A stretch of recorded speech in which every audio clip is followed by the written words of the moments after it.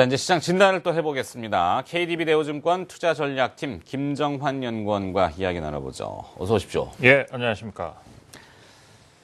자, 원래 그 테크니컬 애널리스트, 네. 테크니션이라고 하지 않습니까? 네, 기술적 분석사신데. 네. 자, 국내 증시의 기술적인 현재 위치에서의 특징, 그리고 네. 단기적으로 또 지켜봐야 될 어떤 변수나 요소들이 있나요? 네. 그래서 뭐 현재 국내 시장 움직임을 이제 한마디로 그 정리하자면 이제 한자로 말하면 이제 우작경탄이다 이렇게 이제 말씀을 드릴 수가 있겠는데. 우작경탄. 예. 네, 어떤 의미입니까? 소는 이제 되새김질을 하고 고래는 한 번에 삼킨다 뭐 이런 말이 되겠는데. 그러니까 여기서 이제 철학적이군요. 예. 네. 이게 사실 이제 독소와 관련된 그런 내용인데. 그러니까 이제 다독할책하고 이제 정독할책을 얘기하는 건데 코스피 같은 경우는 현재 60일선을 중심으로 좀 되새김질을 하는 그런 그 양상을 나타내고 있고 반면에 이제 코스닥 지수는 뭐 거침없이 지금 뭐 고래가 이제 한 번에 삼키는 것처럼 뭐 상승세를 좀 지속하고 있다 이렇게 말씀을 드릴 수가 있겠습니다. 먼저 이제 코스피를 말씀드릴 것 같으면은 코스피 같은 경우 보시게 되면 121선 돌파에 이제 실패한 이후에 지수가 이제 조정 국면에 좀 들어갔다 이렇게 말씀을 드릴 수가 있겠고요.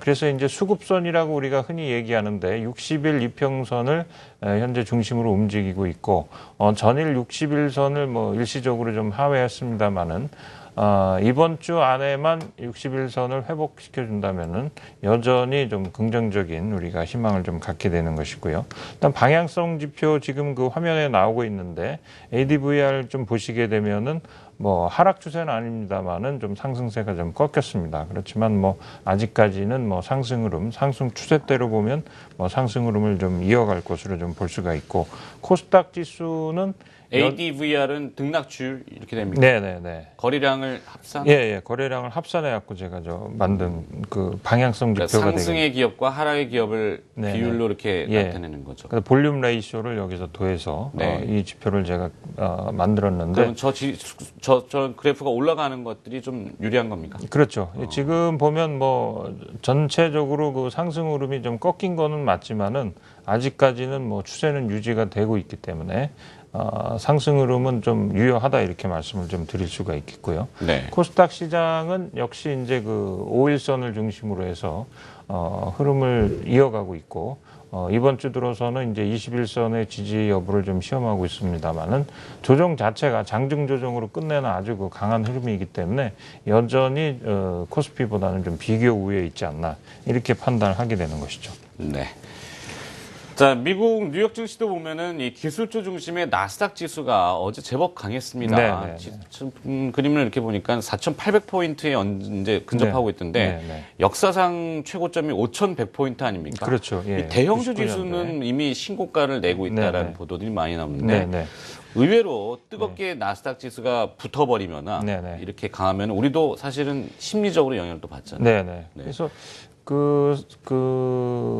글로벌 증시 중에서 그 국내 증시와 가장 그 유사했던 게 이제 그 대만 가권 지수가 되겠는데 대만 가권 지수는 그 IT 기업에 좀 영향을 많이 받습니다. 그래서 최근에도 그 외국인들의 순매수가 유입되면서 우리랑은 좀 다른 길을 최근에 좀 걷고 있고 오히려 그 코스피보다는 나스닥하고 좀 유사한 그런 측면을 좀 보여주고 있습니다.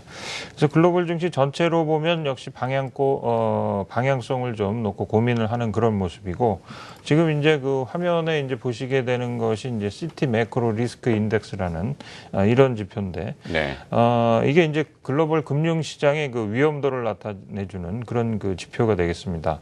이 지표가 이제 고점에 있으면은 그만큼 이제 그 투자 심리가 좀 불안하다는 증거인데 지금 보시게 되면은 여전히 1에 근접한 그런 상황입니다. 그래서 투자 심리가 좀 불안한 상황인 거는 맞다 이렇게 좀 판단을 우리가 해볼 수가 있겠고요.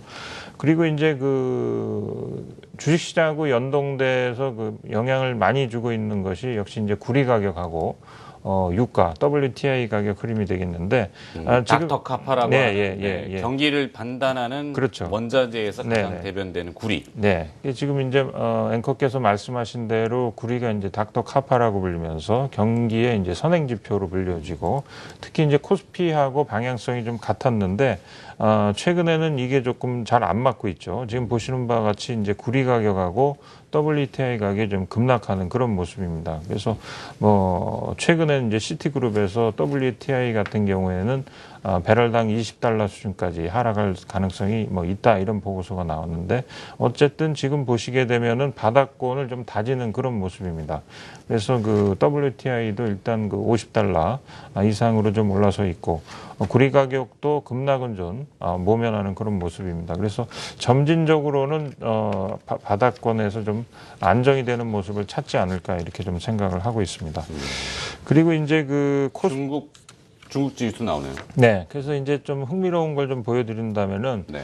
그 우리의 이제 그 코스피하고 코스닥이 있다면은 중국에서는 이제 상해 종합 지수하고 이제 차스닥이 있습니다.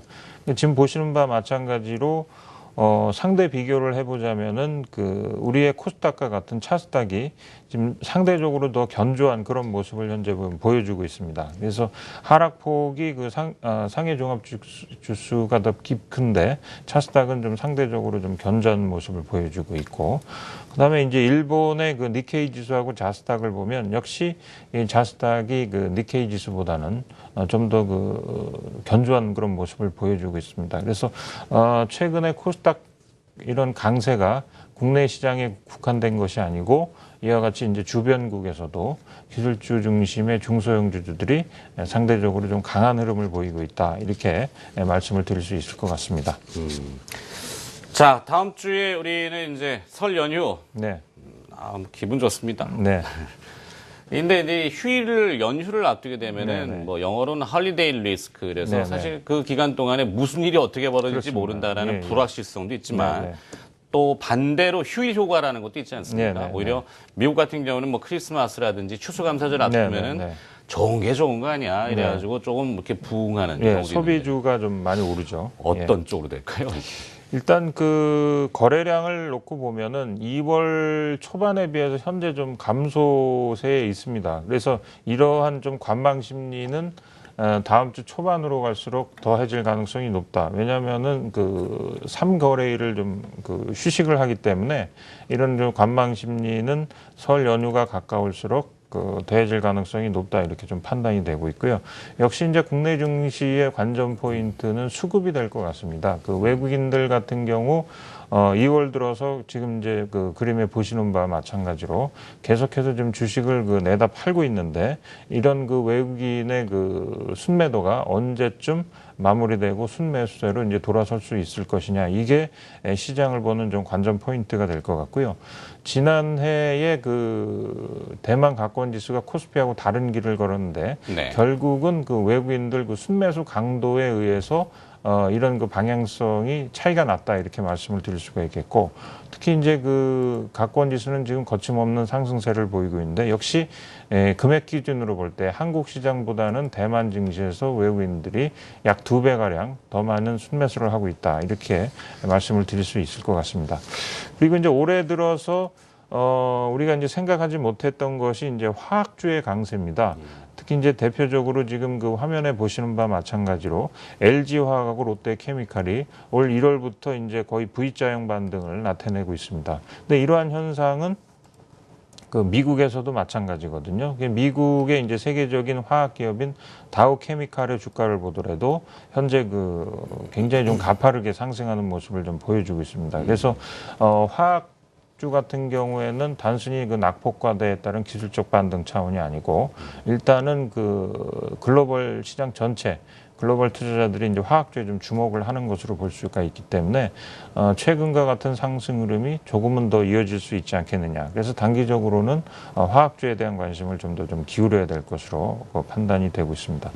그리고 이제 기술적으로 그 코스피 같은 경우 지금 그 화면을 보시면은 아직까지는 하락 추세선 안에 놓여 있습니다. 그래서 네. 121선 돌파를 실패했기 때문에 일단 조금 의기소침해 있다 이렇게 말씀드립니다. 애매한 구간에 있는 것 같고, 근데 다만 지금 이제 보시는 바와 마찬가지로 5일선, 21선, 60일선이 다시 그 한 곳으로 모이고 있기 때문에 일단 그 조만간 방향성이 나타날 것이고 그 나타나는 방향으로 당분간 주가는 좀 움직일 가능성이 있다 이렇게 말씀을 드리는데 일단 오늘 다시 이제 60일선을 금세 회복하는 것은 굉장히 좀 긍정적인 시그널이다 이렇게 좀 판단이 되고요.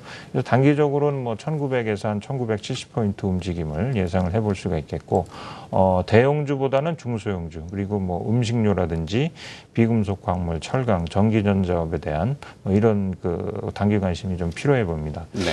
그리고 이제 코스닥 시장은 뭐 앞서도 말씀드렸지만은 계속해서 코스피보다는 좀 비교 우위에 설 가능성이 높다 이렇게 말씀을 드릴 수가 있겠고 여전히 그 조정을 장중에 끝내는 점 그리고 5일선하고 21일선 위에서 강력한 지지를 받고 있다는 점이 굉장히 이 시장 에너지가 넘치고 있다 이렇게 좀 판단이 되고 있고요. 앞서 그 살펴보신 대로 그 중국이라든지 일본에서도 이와 같이 이 코스닥 같은 자스닥이라든지 차스닥 같은 그 지수가 강세를 보이고 있기 때문에 국내 증시에서도 외국인들이라든지 기관들도 이쪽에 대한 관심을 더 가질 수뿐이 없을 것 같고 다만 부담이라면은 그 개인 투자자들의 그 신용 잔고가 3조에 이르렀기 때문에 이런 것이 조정 시에 또 매몰화될 수 있기 때문에 이런 것은 조금 우려된 점이지만은 긍정적인 시그널은 뭐 여전히 유효하다 이렇게 말씀을 드릴 수가 있겠습니다. 네, 잘 들었습니다. 마켓 진단 순서였고요. KDB 대우증권 투자전략팀의 김정환 연구원이었습니다. 고맙습니다.